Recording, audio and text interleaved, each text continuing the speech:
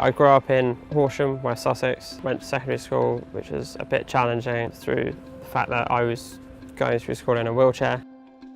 Being in a wheelchair, obviously, through school was quite difficult. You feel immediately almost alienated from people because there's a sort of perception of a barrier between you and other people, but thankfully I'm quite sociable and I was able to make really good friends who supported me through the time at school.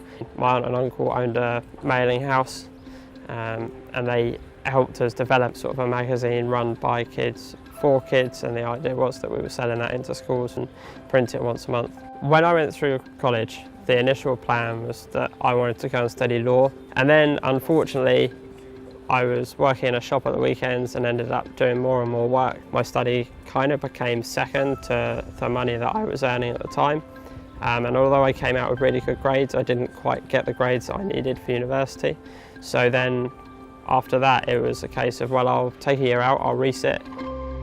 Having then started a business properly as a limited company while I was doing the resits, I realised that actually this is something that I'm better at and enjoy more than I would if I went through university. Obviously it's not the choice necessarily that initially everybody thought was the right one, but I think I've come out of it really well.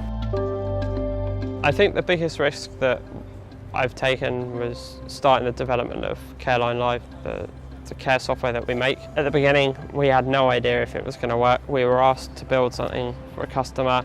We've then taken that and we've built it into so much more, not really knowing how well it was going to work, how well it was being received, but just knowing that there was something behind what we were doing. That was all funded through basically not taking a salary for 6 years out of the business to actually plough back in and really make that software work.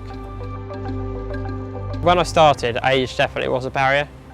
You kind of walk in 18 years old to some of these places and say, hey, I can do this for you, and people sort of say to you, well, where's your experience? How can you prove that you know what to do? And I think with IT in particular, actually experience is not the most important thing. I think knowledge and understanding and technical ability is more important. When you run your own business, I think every day becomes a day when you kind of sit back and think, why am I doing this? But then you look at some fantastic things that you've achieved, such as winning the Gatwick Diamond Business Award, youngest person ever to enter and win, smallest company to ever enter and win. That gives you a real sense of achievement to continue pushing through those moments and thoughts of, why do I do this every day? We won the award for innovation and technology. And other people in the same ceremony were things people like Hilton hotels and things, so they're really large companies, and we're there as Mass Group for the product that we make, Careline Live, for innovation and providing a better quality of technology to home care. I think absolutely recognition is really important, and that is partly what keeps me going all the time. And as we gain more awards, as we sort of gain more achievements and things, that recognition will increase. The thought of that keeps me going.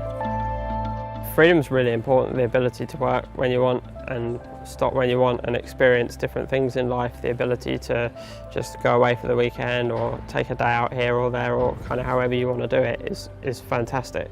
And it's obviously something that the stereotypical sort of corporate world wouldn't have allowed me to do, and I think that freedom has helped me grow as a person and given me opportunities to experience so many different things. The future holds quite a lot now. International growth really will be the thing that I want to see the business achieve over the next few years. It's something we're working really hard on, and maybe being something like a fast track winner or something like that would be a target for us actually to sort of say, yeah, you know what, we've done it. Although I didn't necessarily have a plan B at the beginning, I think the one that I've come out with has worked much better for me. My life would be different now. I think I'd probably be in a job 9 to 5, probably in the city. Would I enjoy it as much? Probably not. Would I get more satisfaction out of it? Definitely not. I think experiencing new things, going to different places, meeting new people, that really sort of drives me to keep going forwards. And some of the stories that customers tell me and that friends tell me and relatives tell me and things, they're inspiring and make me want to achieve more all the time.